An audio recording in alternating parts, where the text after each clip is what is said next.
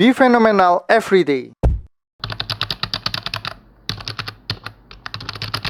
Halo guys, di video kali ini saya akan membahas salah satu tesis investasi yang saya buat ya, yaitu yang membahas tentang perusahaan Asmore Asset Management Indonesia dengan kode sahamnya AMOR.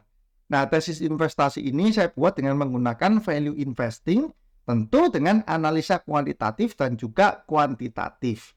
Nah, diharapkan mungkin teman-teman yang sebelumnya belum pernah membahas sama sekali atau belum pernah mempelajari tentang AMOR, dengan membaca investasi tesis ini, teman-teman bisa langsung tahu bagaimana kondisi di dalamnya AMOR dan juga industrinya yang bidangnya AMOR ini seperti apa. Nah, tesis ini saya harapkan ya tujuannya untuk supaya teman-teman yang mungkin tidak mempunyai terlalu banyak waktu ya, karena untuk membuat tesis investasi tentu teman-teman kan harus membaca laporan keuangan, annual report ya dari tahun ke tahun bahkan sampai prospektus IPO-nya. Nah, dengan ada rangkuman ini akan mempermudah para investor untuk lebih cepat mempelajari langsung ringkasannya. Oke, langsung aja ya guys, saya akan membahas investment thesis dari Asmore Asset Management Indonesia, kode sahamnya AMOR. Ini saya tulis di Februari 2024 ya, dan untuk pembuatannya tesis ini sesudah data-datanya lengkap, artinya sesudah saya membaca semua ya, annual report dari tahun 2020, 2021 sampai terakhir ya, di 2023, itu kurang lebih saya membutuhkan waktu sekitar 1 minggu saja untuk menyalinnya menjadi suatu summary tesis ini. Nah, perkenalannya di sini hingga Februari 2024, AMOR itu satu-satunya emiten yang bergerak di bidang aset manajemen di bursa. Jadi tidak ada emiten yang aset manajemen lain ya guys yang ada di ISG, hanya AMOR. Nah, ini saya membahas mulai dari model bisnisnya terlebih dahulu. Model bisnis aset manajemen ini sangat menarik karena strukturnya itu bersumber pada fee atas dana yang dikelola. Dana yang dikelola itu biasanya dikenal dengan istilah AUM atau Asset Under Management. Semakin besar AUM-nya, tentu fee yang didapat oleh aset manajemen akan semakin besar. Nah, kalau teman-teman tahu biasanya ada produk namanya reksadana kan. Reksadana katakanlah reksadana Asmore Dana Ekuitas. Dia punya dana kelolaan 1 triliun. Nah, aset manajemen ini akan mendapat fee dari total dana kelolaan itu. Bisa 2% atau 3% per tahunnya. Tentu semakin besar AUM-nya, fee-nya akan dapat semakin besar juga. Nah, uniknya di bisnis aset manajemen ini, model bisnisnya tidak padat modal, tidak padat karya, guys. Jadi kalau misalkan kita bisnis konvensional, tentu kalau kita mau melipat gandakan omset 10 kali lipat, maka COGS atau pembelian bahan baku juga pasti akan naik kan. Nah, kalau di bisnis jasa yang pada umumnya, misalkan nih ya, ada perusahaan konsultan pajak. Nah, kalau satu konsultan pajak hanya mampu menangani 10 klien. Kalau dia punya 100 klien, dia kan harus punya 10 konsultan pajak. Nah, di sini itu tidak berlaku dalam bisnis aset manajemen. Di mana katakan AUM suatu aset manajemen itu 50 miliar, jika AUM-nya naik jadi 1T, tidak berarti perusahaan harus menambah tenaga ahli atau menambah modal. Padahal fee yang diterima perusahaan aset manajemen itu berdasarkan dari total AUM-nya. Mengapa demikian? Karena di perusahaan aset manajemen sendiri terdapat manajer investasi yang mampu mengelola dana dari puluhan miliar hingga triliunan rupiah, sehingga cost-nya itu akan sama. Dan untuk mendapatkan klien pun, perusahaan aset manajemen akan biasanya memanfaatkan jaringan dari perusahaan financial lainnya, seperti bank, asuransi, sekuritas, sehingga penjualannya tidak bergantung dari marketing in-house aset manajemen sendiri. Jadi perusahaan ini tidak perlu hire marketing sebanyak mungkin, kemudian cari sendiri ya nasabahnya. Tapi dia bisa bekerja sama dengan intermediary ya, seperti ya tadi disebutkan bank, sekuritas, dan sebagainya. Walaupun tidak terlalu butuh modal untuk membesarkan pendapatannya, ini ada limitasi tertentu untuk buka perusahaan aset manajemen. Permodalan yang diminta oleh OJK itu 25 miliar ya, sebagai syarat pendirian perusahaan yang aset manajemen. Selain itu, tentu setiap perusahaan juga tidak akan menolak jika mendapatkan dana yang bisa mereka kelola untuk pengembangan perusahaan dengan cara melakukan investasi. Inilah mengapa AMOR sendiri IPO yang sebagian besar dananya digunakan untuk investasi. Jadi kalau aset manajemen kan nggak butuh beli lahan, beli mesin, ya, jadi dia gunakan untuk investment ya. Keunikan lain dari bisnis aset manajemen itu produknya biasanya akan snowball atau terus menggulung. jika klien-kliennya puas dengan kinerjanya. Contohnya misalkan teman-teman ya taruh uang di reksadana A. Kemudian performa reksadana A ini bagus. Tentu teman-teman tidak akan berpikiran untuk mengambil uang tersebut kan.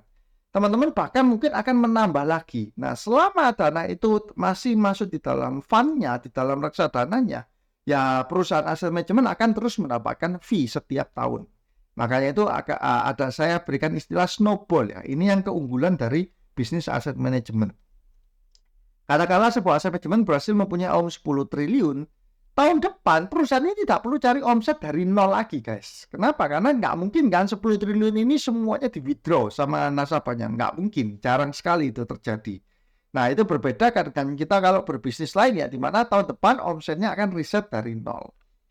Ini karena AUM yang sudah terkumpul kebanyakan rollover ya atau diperpanjang, bahkan bisa ditambah lagi kalau kinerjanya puas. Jika terdapat hal-hal tertentu, baru klien atau nasabah akan menarik investasinya. Nah ini misalkan apa? Contohnya kinerjanya buruk. Terus ada produk dari aset manajemen lain yang performa lebih bagus. Atau ada regulasi dari pemerintah yang membuat harus tarik dananya ya.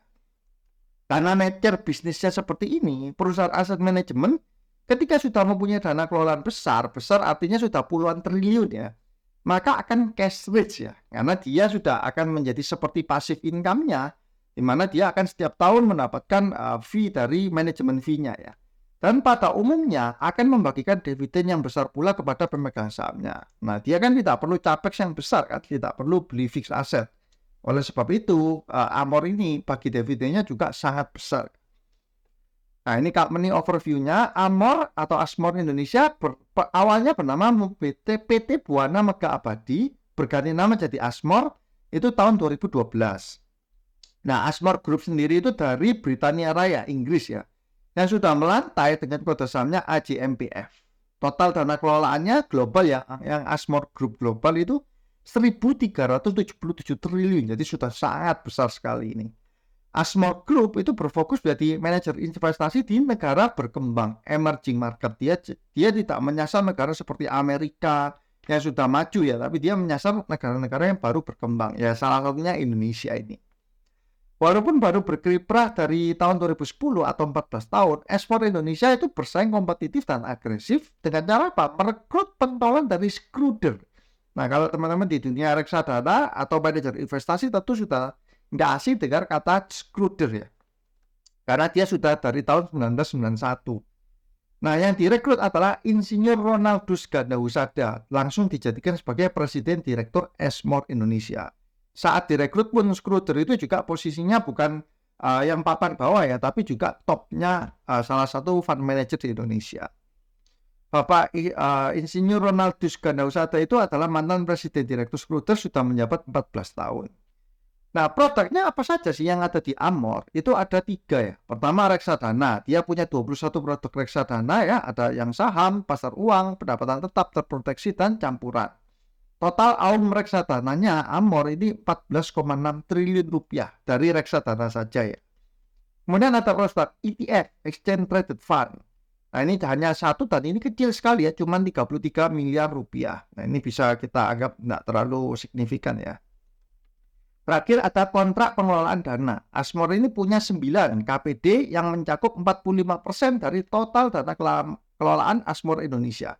Jadi KPD ini bobotnya itu 45% dari total AUM-nya Asmor ya.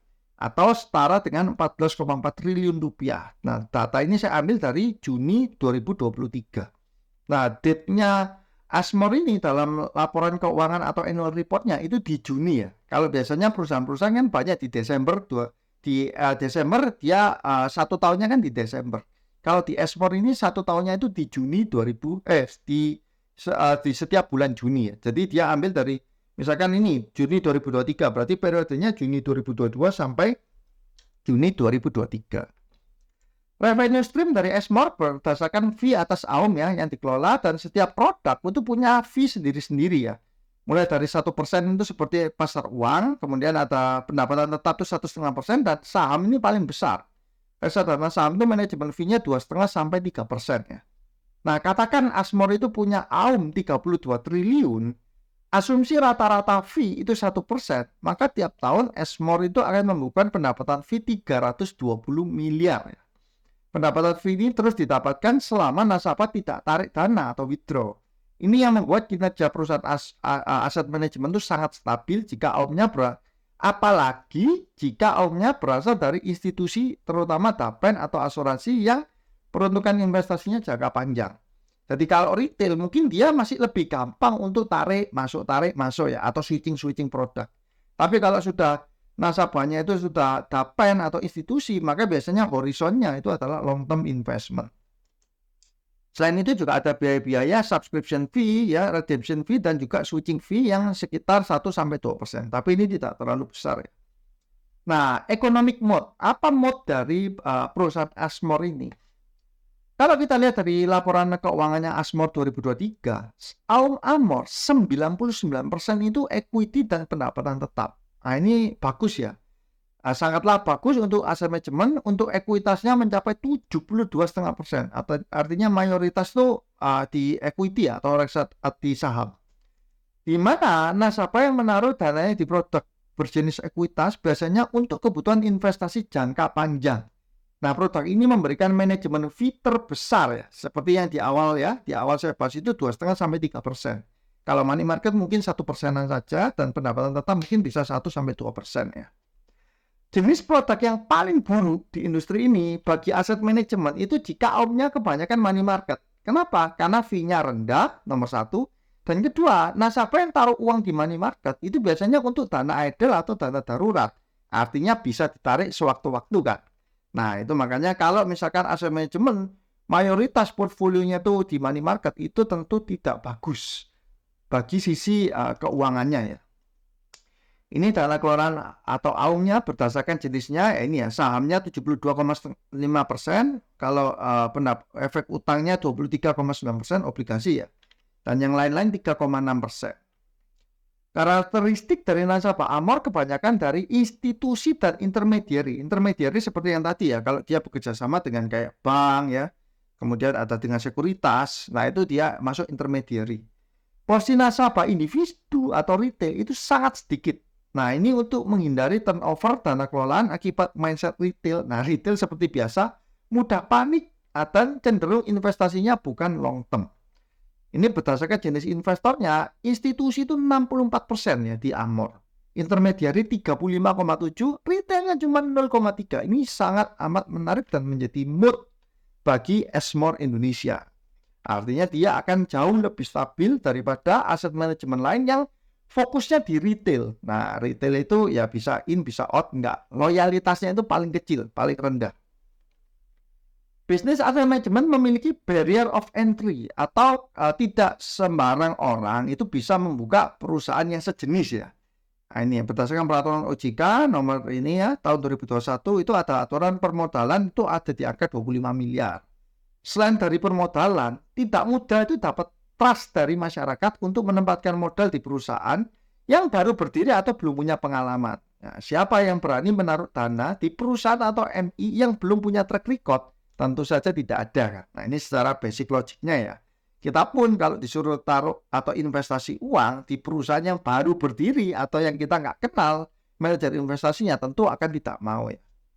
Industri ini berbeda dengan industri jasa lainnya yang punya barrier of entry rendah, misalkan konsultan bisnis atau konsultan pajak, di mana jenis usaha tersebut mudah dibuat, ya, tidak perlu modal besar, dan jasa yang dihasilkan pun tidak terlalu bervariasi satu sama lain, sehingga bisa menyebabkan terjadinya perang harga antar perusahaan.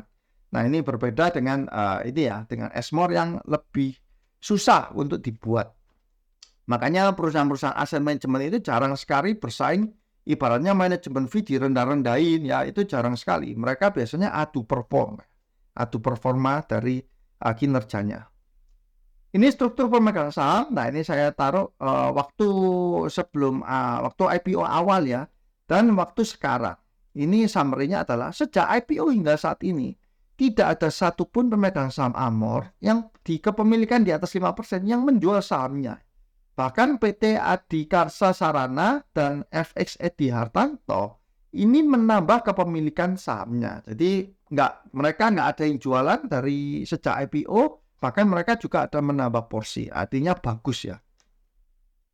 Ini profil direksi dari Amor, ini Pak Ronaldus Gandawusata. Nah, kalau profil direksi mungkin teman-teman bisa baca sendiri ya. Yang jelas kalau kita lihat background-nya, nah ini ya. Dia Senior Director of Portfolio Management Schroeder Investment Management Indonesia. Ini ya. Sebelumnya juga sempat Presiden Direktur Schroeder ya. Terus ada Pak Edi Hartanto, direkturnya di sini. Kalau teman-teman lihat juga latar belakangnya sebagai orang operasional ya ini. Direktur operasi, COO ya. Nah, ini artinya dia yang bagian operasional. Kemudian ada Arif Cahyadiwana. Nah, di sini direktur, dan kalau teman-teman lihat background-nya, financial analyst, research assistant, kemudian analis, equity research. Nah, ini jelas orang finance-nya, orang keuangannya. Tampangnya pun juga sudah kelihatan ya, guys. Tampang-tampang orang finance ya. Berbeda dengan tampangnya Pak Edi. Nah, ini kan orang lapangan. Kelihatan. Kemudian ada Pak Steven Satyayuda, juga direkturnya. Dia lebih ke arah ini RM ya, RM, Investment Specialist, Regional Investment Specialist, Head of Advisory ya, Head of Sales ya. Ini mungkin dia menangani di bagian penjualan ya. Terus ini adalah yang Presiden Komisaris ya, karena Esmore ini kan dari Inggris ya, dari bukan dari perusahaan Indonesia, jadi mungkin dia menempatkan komisaris dari orang bule, Thomas Adam Sipi ini. Nah, terus ini kita mulai masuk ke arah yang kuantitatifnya ya. Tadi kita membahas lebih banyak ke kualitatif, sekarang kuantitatif itu growth. Ini mungkin agak nggak terlalu jelas. Nah ini ya, saya di sini yang terpenting adalah saya melihat dari total dana kelolaannya atau AUM-nya. Dari tahun ke tahun itu saya akan masukkan semua. AUM-nya dari 2017 itu 20,5 triliun, kemudian naik jadi 25, 27, 2020 34.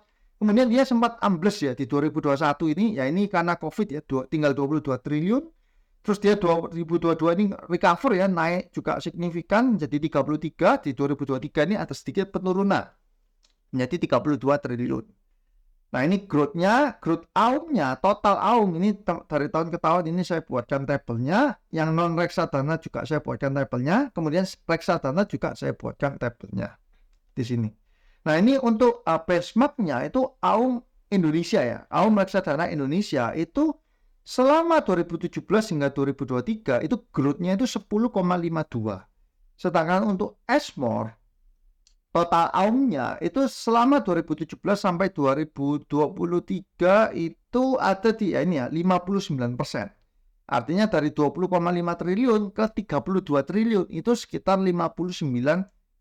Ini jauh di atas pertumbuhan AUM reksadana Indonesia atau AUM-nya industrinya ya, yang hanya 10,5.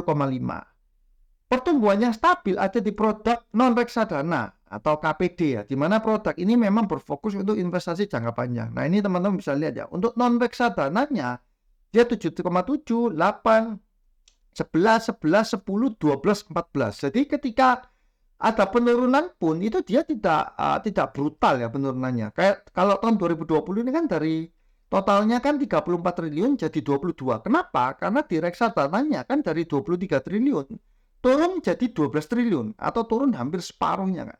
Tapi yang non reksadana terutama yang KPD ini dia cuma turun sedikit dari 11 jadi 10. Nah, karena KPD ini adalah investor-investor yang institusi ya, non retail yang memang fokusnya untuk long term investment. Jadi dia tidak takut, ada COVID langsung ditarik dananya. Enggak, dia nggak panik seperti itu. Dia lebih mature ya karakternya. Nah itu makanya di sini saya highlight di bagian produk yang non reksadana. Tahun 2021 penurunan AUM signifikan ya, ini yang tadi saya bahas ya, reksadana turun 46% ya. Nah non reksadana cuma 8%. Kemungkinan besar apa? Kenapa? Karena COVID-19 ya, saat itu investasi bergejolak. Tahun 2022 dia langsung naik 46% ya. Total AUM-nya karena ekonomi juga berangsur pulih. Namun satu hal yang harus diperhatikan, nah ini ya, Anmor pernah menyentuh AUM 34,9 triliun di tahun 2020 ya. Di sini 2020 ini kan 34 triliun. Nah, terus dia di tahun 2023 belum tercapai kembali. Nah, artinya dia masih belum breakthrough atau break all time high-nya belum untuk AUM-nya dia.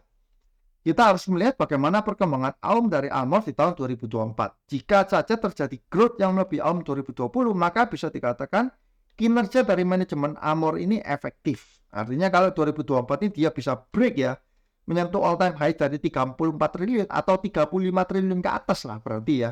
Maka dia bisa dikatakan kinerja manajemennya itu efektif. Nah, untuk profitability, IAT itu adalah earning after tax ya, atau laba bersih. Ini saya juga jejerkan di sini ya. Dari 32 triliun 2017, 66, 86, 79, 99, 118, dan terakhir 92 miliar. Sorry, bukan triliun, miliar ya. Nah, kalau kita lihat 2017 ke 2023 juga sudah triple ya. Dia 32 miliar, yang 2023 sudah 92 miliar. Nah, clean IAT. Di sini saya ada kasih parameter clean IAT. Kenapa? Karena saya minus dengan penghasilan yang lain-lain. Kayak penghasilan dari selisih kurs ya. Terus ada penghasilan dari financial. Nah, itu saya hapus semua. Itu ternyata nilainya tidak terlalu signifikan ya. Ini dari 32 jadi 30, 66 jadi 63, 86 jadi 84, dan ini 92 jadi 84 ya. Jadi nilainya nggak sampai separuhnya. Ini menandakan bahwa laba bersihnya ya memang laba pure ya. Labanya Amor ini benar-benar laba pure, bukan laba yang terdongkrak karena penghasilan lain-lain. Terus gross profit marginnya juga tinggi ya, 60%-an. Ini saya bahas di sini. Model bisnis Amor ini memiliki GPM yang sangat tinggi, sekitar 60-65% karena jasa ya. Nah, ini angka GPM yang saya masukkan berdasarkan pendapatan kegiatan manajer investasi. Jadi pendapatan kegiatan manajer investasi dikurangi imbalan jasa agen penjualan reksadana. Kemudian untuk net profit marginnya di 21-30%. Angka ini reasonable ya untuk industrinya. Faktor penghasilan lain-lain, nah ini ya tidak terlalu signifikan sehingga bisa dikatakan laba bersih yang dihasilkan Amor itu clean and clear ya. Jadi bukan karena aksi jual aset atau kenaikan kurs atau keuntungan lain yang tidak berhubungan dengan core bisnisnya. Artinya bagus, dia laba bersihnya itu murni. Marginnya pun juga stabil ya. Stabilnya margin keuntungan Amor menunjukkan bahwa nasabah Amor itu tidak punya karakter fluktuatif atau turnover ya tinggi. Habis dari money market pindah ke saham, kemudian dari saham pindah lagi ke money market. Kalau nasabahnya karakternya seperti itu, tentu marginnya ini juga akan bergerak ya. Tapi kalau dia marginnya itu stabil, artinya ya nasabahnya kalau di saham ya di saham, kalau di money market ya di money market. Cuman yang membedakan kalau misalkan ada withdraw ya itu kan tentu akan berkurang secara labanya. Jadi dia cukup stabil, berbeda halnya. Nah, ini yang tadi saya jelaskan. Ingat ya, model bisnis dari Amor ini adalah menjaga pertumbuhan dan kestabilan AUM dengan fokus pada jenis produk ekuitas ataupun pendapatan tetap. Bukan fokus pada money market yang rentan volatil ya. Nah, itu yang seperti di awal saya jelaskan bahwa ya aset manajemen itu yang terbaik kalau dia punya porsi yang terbesar di saham dan untuk jangka panjang.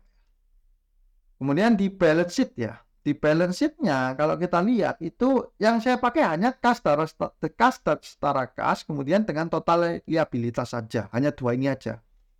Untuk perusahaan aset manajemen, balance sheet bukanlah hal penting karena nggak ada fixed asetnya kan, tidak perlu fixed aset seperti lahan, pabrik segala macam. Tidak terlalu butuh modal atau pinjaman ya, utang. Di sini kita bisa lihat bahwa bagian aset saya hanya ngambil kas dan setara kas. Sejak tahun 2020 porsi kasnya itu sudah jauh di atas total liabilitas sehingga potensi perusahaan mengalami default itu sangat amat kecil. Artinya dari uang kasnya saja dia bisa menutup seluruh liabilitasnya. Apalagi di 2023 ini ya, dia punya kas 142 miliar, liabilitas totalnya cuma 69. Kalau dia bayarkan semua ya sudah selesai gitu. Perusahaan tidak terlalu membutuhkan modal untuk ekspansi sehingga sangat wajar jikalau Amor rutin bagi dividen setiap tahun kepada pemegang saham. Nah ini ya, ini historinya. Kenapa kok minus kok? Ya karena saya ambilnya dari yang cash flow kan. Kalau cash flow kan tentu kalau dia bayar dividen ya dia akan minus pencatatannya. Pembayaran dividen tunainya 2017 35M, 60M, 85M, 37M, 80M, 112, 107 miliar. Jadi sangat besar untuk payout rasionya ya. Nah, resiko tidak bisa dipungkir model bisnis Amor punya resiko di kondisi makroekonomi seperti kalau terjadi COVID, market crash ya tentu dia akan performanya juga akan menurun ya.